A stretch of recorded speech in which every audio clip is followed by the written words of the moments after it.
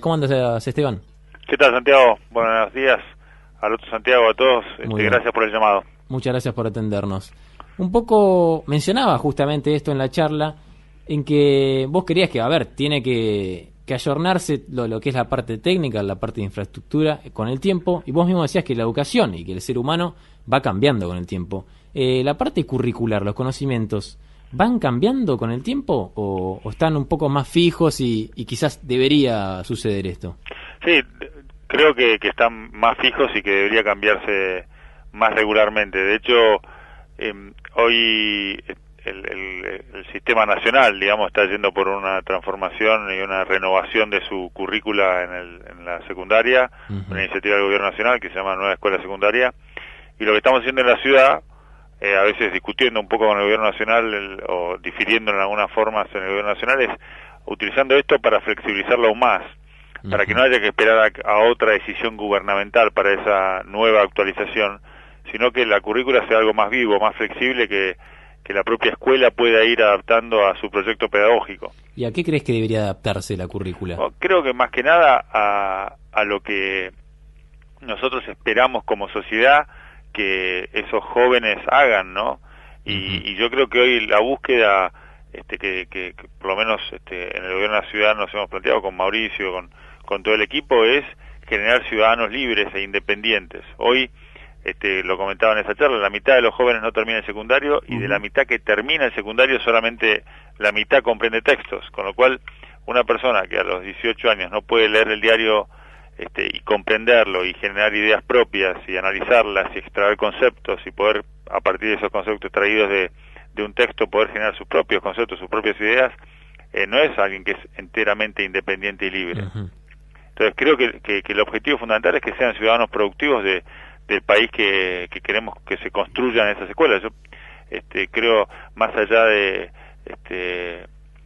siempre me interesa mucho marcar que a veces creemos que porque nosotros tenemos la oportunidad de que nuestros hijos vayan a una escuela que creemos que es buena, eso resuelve todo. Y la verdad es que si no nos preocupamos para que toda la sociedad que va a ser en la cual van a vivir nuestros hijos, que son todas las escuelas del país, tenga la mejor educación posible, nuestros hijos no van a vivir en la mejor sociedad posible.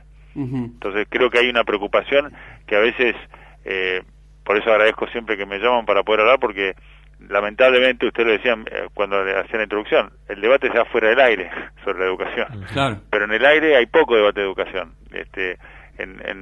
En televisión, en radio no son muchas oportunidades como esta que estoy teniendo ahora para poder debatir el tema de educación, y yo creo que debería ser un tema central, porque además muchos de los problemas de los cuales sí se debate, como la inseguridad, el narcotráfico, para mí tienen, como lo pusimos en la charla, una relación directa con la mala educación en la Argentina. Esteban, ¿cómo se puede hacer o qué planes hay para generar en los chicos una responsabilidad, no esas ganas de ir a la escuela? Porque es cierto que hay muchos que, como decís vos, quizás terminan el secundario, pero más allá de la currícula, cuando terminan no pueden comprender los textos. Digo, ¿qué podemos hacer o qué se tiene pensado hacer para sembrar esa curiosidad en ellos, esas ganas de estudiar, esas ganas no de abandonar la escuela, sino de seguir avanzando y progresar? Bueno, lo primero es esto que veníamos hablando, ¿no? Que la escuela sea relevante. Es decir, si vos a un chico que se despierta a la mañana en el mundo de la tecnología, de la televisión, de las imágenes visuales, de la información que pasa, mucha información, lo metes en la escuela, donde una persona le habla durante 4 horas frente a una tiza y un pizarrón, y probablemente ese chico eventualmente diga, y después sale de vuelta de la escuela y vuelve al mundo de la información, las imágenes, el color. La verdad que se genera una crisis ahí. Entonces tenemos que trabajar no para hacer desaparecer la tiza y el pizarrón, porque son importantes como herramientas, sino para que eso esté acompañado por parte de ese nuevo mundo. Hoy, antes nos tenían que dar la información, el que proveía la información era el maestro. Claro. Ahora la información está en el mundo, yo puedo acceder hoy a una clase de geografía por YouTube, por un videíto donde hay un maestro que me explica la clase de geografía. Entonces no es solamente eso, es que me ayuden a pensar a ver si yo puedo deducir que la clase esa es buena, que la información que está dando es veraz, cómo puedo chequear esa información con otras fuentes de información, con mi libro de texto. Es decir, hay que combinar todo esto para que el niño o la niña aprenda a pensar desde muy chicos. Por eso en la ciudad el programa de computadoras no lo hicimos en la secundaria como se hace a nivel nacional, sino desde el primer grado los chicos tienen la computadora, porque nos parece que la disparidad que se produce entre los chicos que tienen acceso a una computadora, yo tengo 4 hijos y uno más en camino, ellos tienen en casa una computadora, un iPad, están jugando, ven, manejan herramientas tecnológicas y electrónicas de muy chiquitos.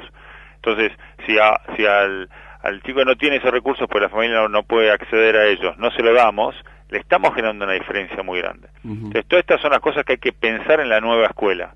Y que esa nueva escuela, en el rol del docente, cambia un poco. Es más un pivote, es un coordinador, es un facilitador, es alguien que obviamente tiene que conocer y saber, pero además tiene que empezar a trabajar con herramientas distintas a las que se trabajaba antes, y esas dificultades somos nosotros, el gobierno, el Ministerio de Educación, el que debe dárselas. Tenemos que capacitarlos. Ahora en la ciudad todos los maestros todos los años pasan una semana de capacitación obligatoria, claro, en servicio, se la pagamos nosotros en universidades como la Universidad de Buenos Aires, estatales o privadas como la ITEL o la San Andrés, pero lo hacemos porque creemos que los maestros, justamente por esta velocidad de aumento del saber humano, el maestro también tiene que actualizar sus conocimientos, pues si no se queda atrás. Esteban, recién mencionabas al docente como un facilitador. ¿Crees que muchas veces la escuela cae simplemente en impartir conocimiento, sabiduría, y no tanto en solucionar problemas para el futuro del estudiante? Creo que a veces se les hace muy difícil, y siento que, y el otro rol que iba a mencionar, nosotros hablamos de un triángulo, ¿no?, virtuoso, que es sobre el que se asienta el estudiante y ese proyecto de ciudadano pleno de nuestra ciudad, que es el maestro y también la familia. O sea, creo que también hay a veces una actitud facilista, digamos, de los padres que dejamos a nuestros hijos en la escuela y listo, ¿viste?, que se encarguen ellos. Inclusive con episodios más graves, que son cuando los padres empiezan a atacar al maestro porque le ponen mala nota al hijo. Entonces creo que y me parece que acá hay que hacer una autocrítica. Nosotros los políticos tenemos que hacer una autocrítica, que es que en algún momento hemos abandonado la educación. ¿Por qué digo abandonado? Porque en los momentos de crisis lo único que nos importaba es que los niños y niñas estuvieran en la escuela, pero nos preocupamos de que los maestros estuvieran bien pagos, que tuvieran los conocimientos que necesitan, de que tuvieran todo lo que las herramientas, actualizaran sus conocimientos. Todas estas cosas que deben ser parte de la responsabilidad del Estado, las dejamos de hacer. Y acá el problema en educación es que si no avanzás, retrocedes, porque el mundo avanza. Nosotros teníamos el mejor sistema educativo de Latinoamérica, ya no es más el mejor, esto está medido científicamente. Y países como Brasil, que estaban muy detrás nuestro, están empezando a alcanzarnos. Entonces, la preocupación de que se dé el debate es que se nos exija más a nosotros, se nos reclame a los ministros de Educación que hagamos nuestro trabajo de mejorar la educación de nuestros hijos. Bien, Esteban, ¿crees que el fin último de la educación, de la escuela secundaria, también obviamente de un título universitario, es la inserción laboral? No, no necesariamente. Yo creo, inclusive creo, Santiago, que a futuro muchos de los trabajos que hoy vemos como la salida laboral no van a existir. Las máquinas están reemplazando muchos trabajos. Yo creo que justamente lo que debemos darle a los niños y niñas es la capacidad de la resiliencia, se le dice, ¿no?, esa capacidad de levantarse después de caerse, y de ser flexibles y de cambiar y de adaptarse a un mundo que cambia permanentemente, la capacidad de resolver problemas distintos, de ser creativos. Yo creo que áreas como las artes van a ser mucho más importantes.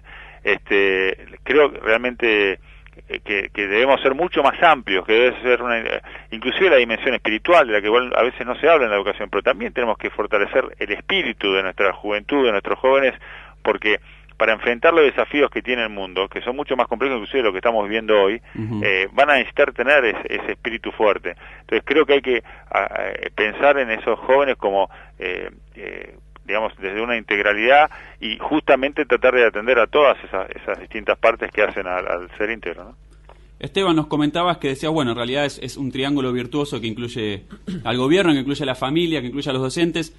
Estaba pensando en lo siguiente, ¿tienen reuniones ustedes, tanto con los docentes o con los alumnos, para charlar acerca de qué ideas tienen ellos o para dónde deberían apuntar los cambios que hay que realizar? Sí, nosotros hemos lanzado todo, desde que se empezó la discusión de la escuela secundaria, hemos lanzado jornadas en cada escuela, porque la idea es que nosotros queremos fortalecer la unidad escuela, ¿no? Queremos que el equipo docente y directivo se sientan más comprometidos con la escuela, haciendo que terminando esta idea del profesor taxi, esos profesores que iban de una escuela a la otra, queremos que se queden en la misma escuela, les pagamos horas, no extras, sino se llaman institucionales porque son horas que pueden hacer tutoría, pero que se les paga igual, quedan en la escuela y se les pagan adicionales para que no tengan que ir a otra escuela a hacer esa hora enseñando.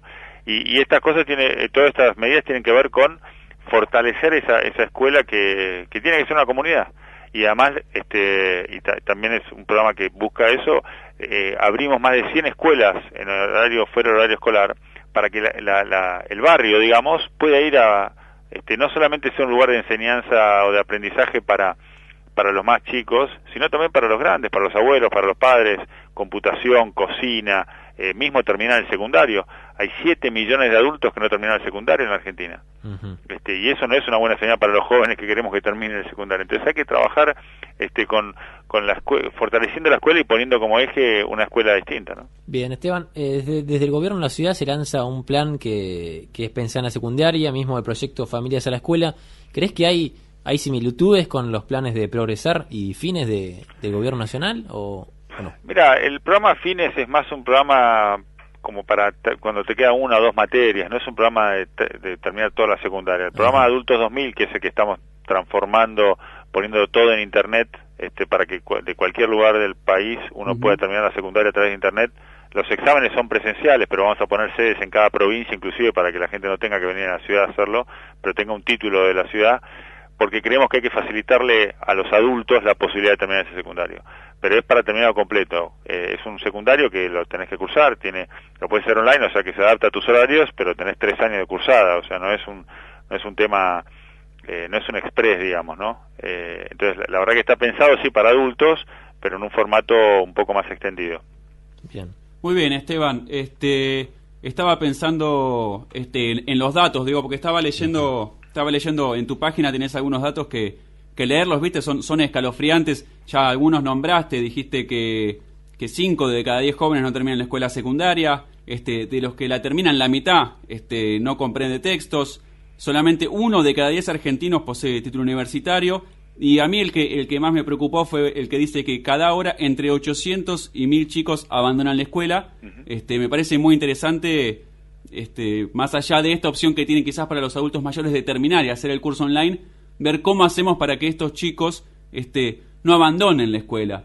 Hace un rato te consultaba por este cambio de currícula, pero digo, ¿qué más podemos hacer? ¿Hay algo que podemos hacer nosotros, más allá del gobierno, para colaborar? Bueno, seguramente como sociedad todos podemos hacer algo en términos de tratar de ver, cuando vemos un chico en la calle que claramente tiene edad escolar y en horario escolar, acercarnos y ver cómo podemos ayudar. Lo que estamos haciendo nosotros en las escuelas, porque como decís es muy importante tratar de detectarlo antes, es que hay señales, hay patrones muy claros que llevan al abandono, ¿no? Empieza a faltar una vez, sin justificar, 2 o 3 días seguidos, y es como que algo progresivo. Entonces, si nosotros logramos trabajar con la familia, y es importante acá la participación de la familia, para que ese joven no termine de tomar la decisión de no volver a la escuela, la verdad que dimos un paso enorme. Y estamos trabajando hoy en esos sistemas de detección temprana justamente para poder, hemos aumentado los equipos de apoyo, psicopedagogos, trabajadores sociales, para justamente trabajar con la familia, para evitar que abandonen, porque lo más importante es que no se pierda la rutina de ir a la escuela todos los días. Bien, por mi parte, Esteban, la última pregunta. Sinceramente, ¿crees que puede llegar a cambiar desde la política la visión de que hay el concepto de educación? Vos mismo lo decías al principio, que no se inserta dentro de lo que es una campaña política, y hablando en criollo, la educación es muy piantavotos a la hora de justamente hacer una campaña y tratar de comunicar una idea política a la gente. ¿Crees que eso se puede cambiar desde la política, desde la sociedad? ¿Desde dónde? Me viste la semana pasada y lo hago todo el tiempo. Yo creo que sí, estoy convencido y estoy dedicado a eso. Por eso termino o contesto esta pregunta también agradeciéndoles nuevamente. Yo creo que es primero nuestra obligación, ¿no? Yo digo mucho, si nos consideramos dirigentes, nuestra labor es dirigir. Y dirigir quiere decir señalar hacia dónde tenemos que ir. Y en todo momento, ¿no? No únicamente cada 4 años. Me parece que es una parte integral del rol de dirigente el marcar el camino. que no nos quedemos, nosotros no podemos quedarnos atrapados en la coyuntura, y cuando vemos un problema no tenemos que analizar solamente el problema, sino también cuáles son las causas de ese problema. Por eso es muy importante marcar que muchos de los problemas de inseguridad, de narcotráfico, tienen que ver con un sistema educativo que ha fracasado.